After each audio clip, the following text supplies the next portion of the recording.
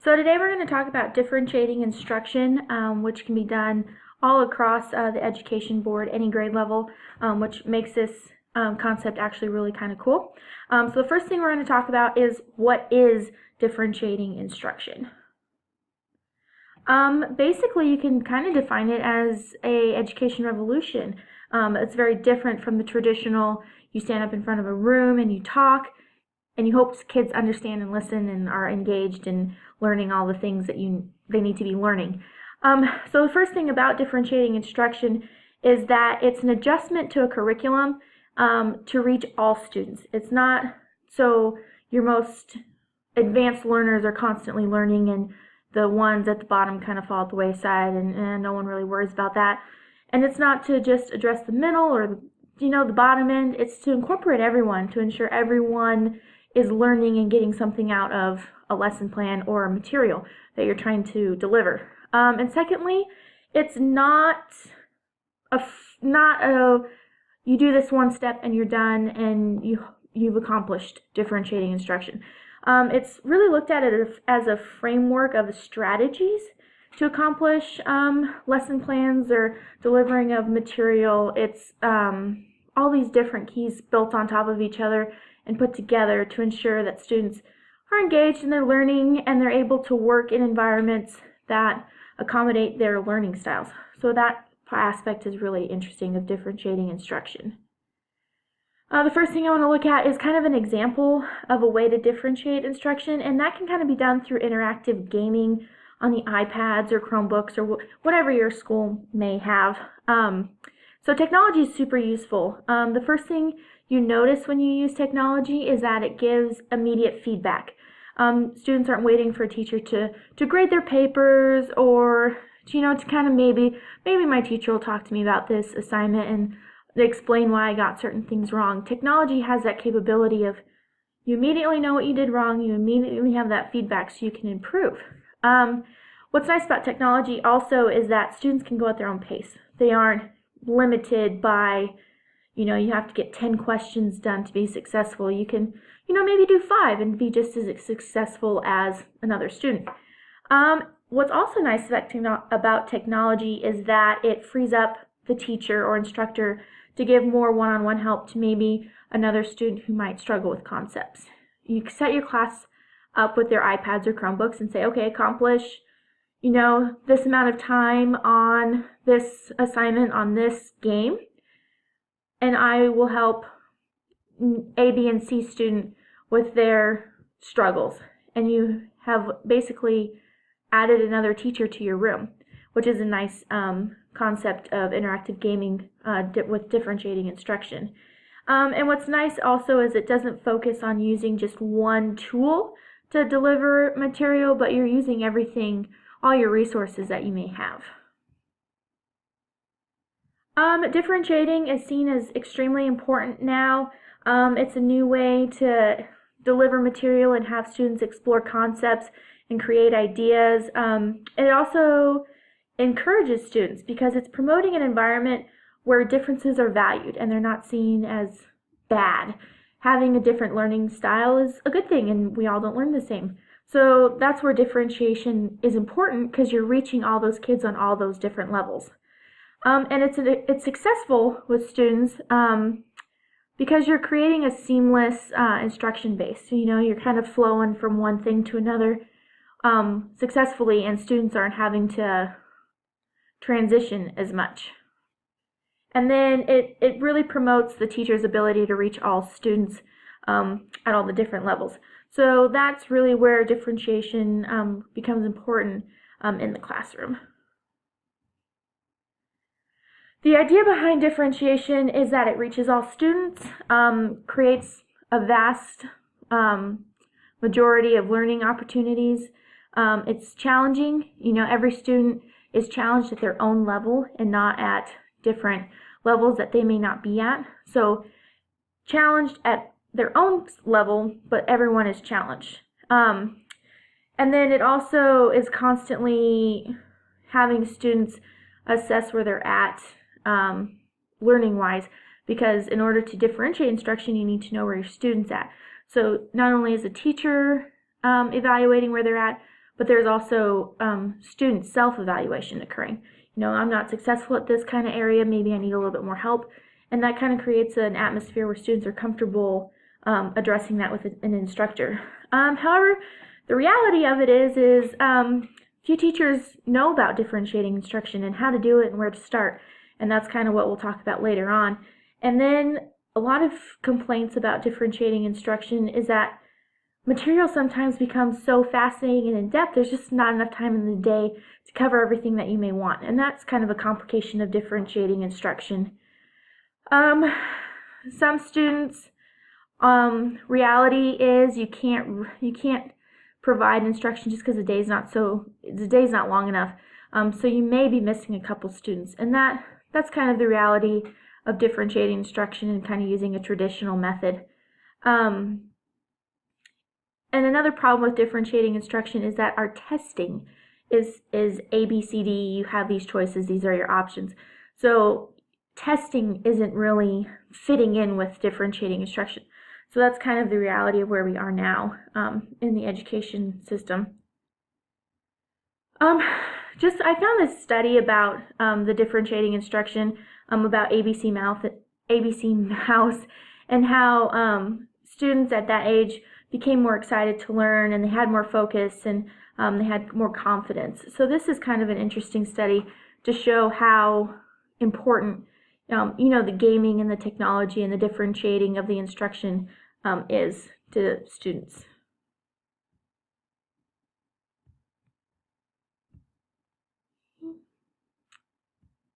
So how do we do it? How do we differentiate our instruction?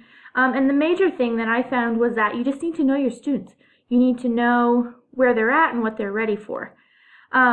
So we look at their readiness refers to their knowledge and their skill level regarding content. So you can do this in formal or informal testing, test to see where students are, what they know, what they need to know, and go from there.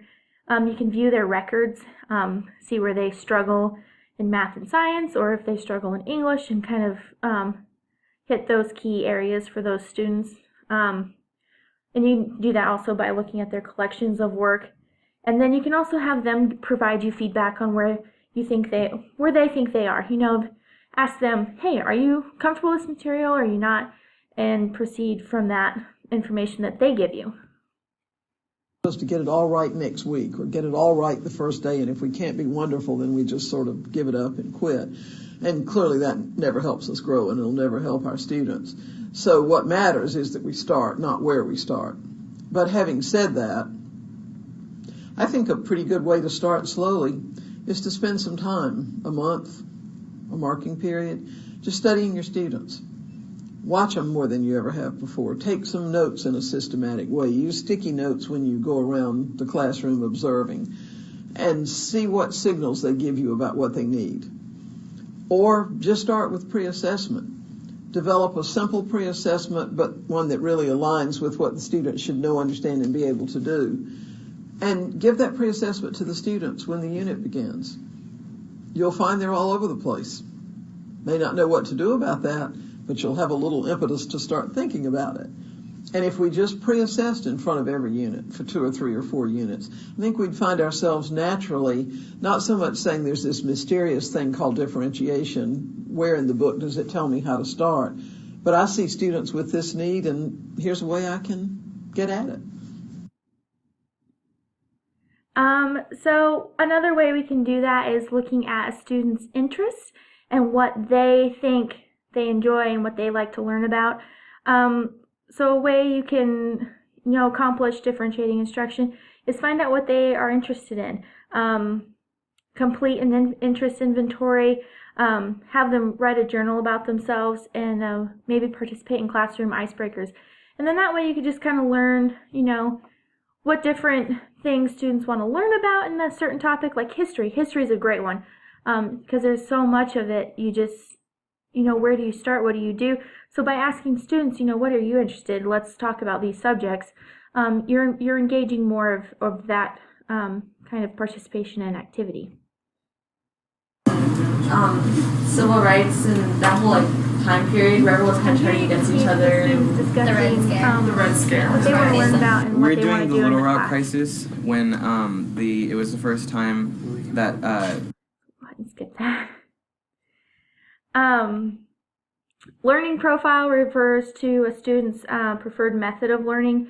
It's always good for teachers and instructors to know what kind of learning best suits their students, what kind of environmental factors affect their learning. Some students need super quiet, some students don't mind a little bit of noise. So knowing that also helps your differentiating instruction, whether you can put them in groups or make sure kids have alone time so they can just sit and work. And gender and culture. Some kids don't relate well to kids who might be a little bit different. So you kind of want to group them, not necessarily together all the time with shared genders and cultures and values and things, but you definitely want to not constantly be forcing situations on kids where they may not be comfortable learning. You can also assess by doing another inventory, learning about how students like to learn. So inventories are pretty key to differentiating instruction. So the learning profile is pretty important information when you're first starting out differentiating. Ideas. And that actually is sort of a big messy field. There's a lot of different ways to sort of slice that apple and look at it. But in any case, learning profile has to do with efficiency of learning. Readiness is about growth, interest is about motivation, learning profile is about efficiency of learning. So the next topic we're going to talk about is kind of how teachers prepare their students in classrooms for differentiation. My kind of motto is the 7 P's of performance. So prior proper preparation prevents problematic performance. So it's just kind of being ready and prepared to do differentiation. You can't just decide one morning that you're going to do it and accomplish it. So it takes quite a bit of work. But the first way to do it is just have good communications. Inform students you're going to be challenged. You're going to be required to do things that maybe be a little bit difficult, but you will be able to do that. You may not be working on the same activities or assignments as other students just because of that factor. And the role of the teacher will be a little bit different. You might have more group-led, student-led activities. Projects and assignments may be assigned a little bit differently to accommodate those that struggle, and maybe pushed in will be a little bit harder for those that are a little bit more successful in their learning careers. Grades and tests might look a little bit different. There might be a grading scale kind of for students, and that's just kind of all part of differentiation. So organizing your classroom is also key. Teachers should take steps to make sure the classroom is set up well with a little bit of clutter, no clutter. It has flexible options. You can create groups or pairs, or you have spaces for independent work. And then you make the best use of your floor space and board space, and have just good material storage so everything is easily accessible. And kids can move around the room and work in groups or work independently. So getting ready for differentiation, the room plays a huge role in your ability to present materials. And then I have the 5 keys to a well-arranged room. And the biggest thing I found is that your room should match your instructional goals. If you're wanting to work in groups, you probably shouldn't have independent desks kind of scattered all over the room. They should kind of already be grouped and be ready for those kids to come and sit and participate in a group activity. Well, our classroom meeting, we talk about the week every Friday. We share positive things that we see in one another. We can ask questions, offer suggestions. So after the classroom meeting, they get to choose their spot. They put their name tag down, and that is where they get to sit all week. So some of the choices I have is I actually got this. Another thing is effective behavior management. If you have 0 to no control over your class, differentiated instruction and flexible seating and all these neat things that we've been talking about may not work because you're running back and forth trying to accommodate 6 different groups and you're one person. So nothing really is accomplished. So having great classroom management is key. Maintaining appropriate noise levels and good transitions between activities is very important to successful differentiated instruction. But the fourth point that's up here is the one that I want to challenge you with. I believe that many teachers want to do differentiated instruction, but the thing that hangs them back and frustrates them is classroom management strategies. The teacher who wants to have multiple activities going on or some choice activities, but doesn't know how to orchestrate it. Let me give you a quick example. This is what happens in a classroom if I'm observing and a teacher is trying to do differentiated instruction and they don't have good management strategies. They say, okay, boys and girls, you want to come and gather around for our guided reading circle. Bring your books. And, oh, you don't have your books? Okay, go get your books. I'm going to get the rest of the class started, okay? All right, you guys, you're going to keep working on your writer's workshop, your rough draft. So you'll be sure to get your rough draft out of your writer's workshop folder and get started on that. Got it? Okay, and you guys over here, guess what? You get to choose A or B. Okay, no C today, but you can choose from A or B. Everybody got it? Give me a thumbs up. Okay, great. All right, here we go. All right, guided reading group. Did you bring your response journal? Oh, you didn't do it? Okay, go get your response journal. I'm going to go ahead and get them started. Get your response journal. I'll see you in just a minute. Okay, everybody, did you? Come on. I didn't say, no, you need to go get your file folders right now, not later. You only have a few minutes, so get your folders and get started, okay, sweethearts? Okay, all right. And A or B, just decide. A or B, no C, okay? All right, here we go. All right. Okay. And so, did you read the book? Okay, great. You didn't read the book. Okay, well then let's chat. Let me tell, okay, did you like it? Oh, some of you did? Okay. Go ahead and tell me a little bit more about it. Did you like, what part did you like the most? Okay, all right. Okay, keep talking amongst yourselves for a minute. What did I say just a few minutes ago? Get your file folders out and get started. I didn't say C, A or B. No C today. A or B. Now get started. Okay, did you like the book?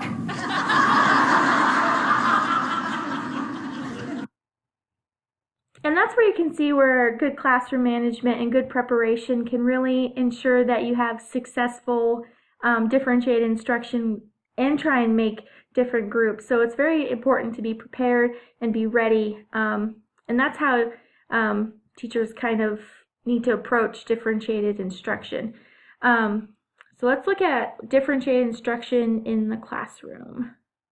So starting out, you definitely want to start out with one singular element. You don't want to make your whole entire classroom differentiated because that would be a little overwhelming. So start simple, and then you can just kind of build as you go as you get good at it. And that also plays back to good classroom management and being prepared for your students. So start with one subject, one class, and kind of see how it goes and then build on top of that. Starting simple, like I said, start in small groups, maybe implement like your low prep activities, and then use simpler ways to maybe, like if you're looking at your assessments and gathering information at students, maybe don't send out a 50-page questionnaire, but maybe like 5 or 10 questions just so you kind of get a feel for where your students are. And then just kind of looking at different strategies. There's so many. So like I said before, just maybe pick one and start from there. Maybe provide just a couple of options for students. Work in a group or work independently. That'd be one way to differentiate your instruction. Group activities or independence work. And then maybe add in different strategies as you go. So we're going to talk about our observations and what we see some classroom teachers doing. The first one is delivers instructions primarily by lecturing. This isn't differentiation because it only reaches those students that learn by listening, those auditory learners. It's not engaging those visual learners and those textural learners. And most kids don't really respond to being talked at. It's not engaging and it's not, inviting. So a way to improve this is by adding elements like group work. group activities, maybe different presentations of students providing information versus the teacher just constantly talking at somebody. The grouping of students at the beginning of the year based on their previous achievement test scores isn't differentiation because it's limiting exposure of students to other students. You're grouping smart kids with smart kids. You're grouping, lower end kids with lower end kids, and there's really no room for learning from other students. There's really no room for, a growth of student interaction. And it also isn't differentiated instruction because it doesn't allow for peer-to-peer interactions that maybe have similar interests. You may have a super smart kid who's interested in cars, and they may not have, someone in that peer group, someone else in that peer group that's interested in cars, but another student in maybe a lower end peer group would be interested in cars. And by keyholing students, you're not inviting different interactions with different groups. Groupings of students should be fluid and constantly moving, so you're constantly ensuring interest levels and readiness levels are different and maintained. Previous achievement scores might not be reflective of a student's ability to produce knowledge. Some kids just aren't good test takers, and so by doing that, it's not really reflecting what a student knows, but just how well a student knows how to take a test. And then the final thing I'm going to talk about is giving bonus points for classroom participation is not differentiation because it's not instructional. There's no instruction being given. It doesn't change or adjust what you instruct, so it's not super helpful. A way you can kind of alter and differentiate that is have students in groups and have one student be an expert and present their topic or their knowledge to the class. And then give everyone points for providing information for that expert to produce. Maybe have each student present to a teacher or their small group and give participation points that way.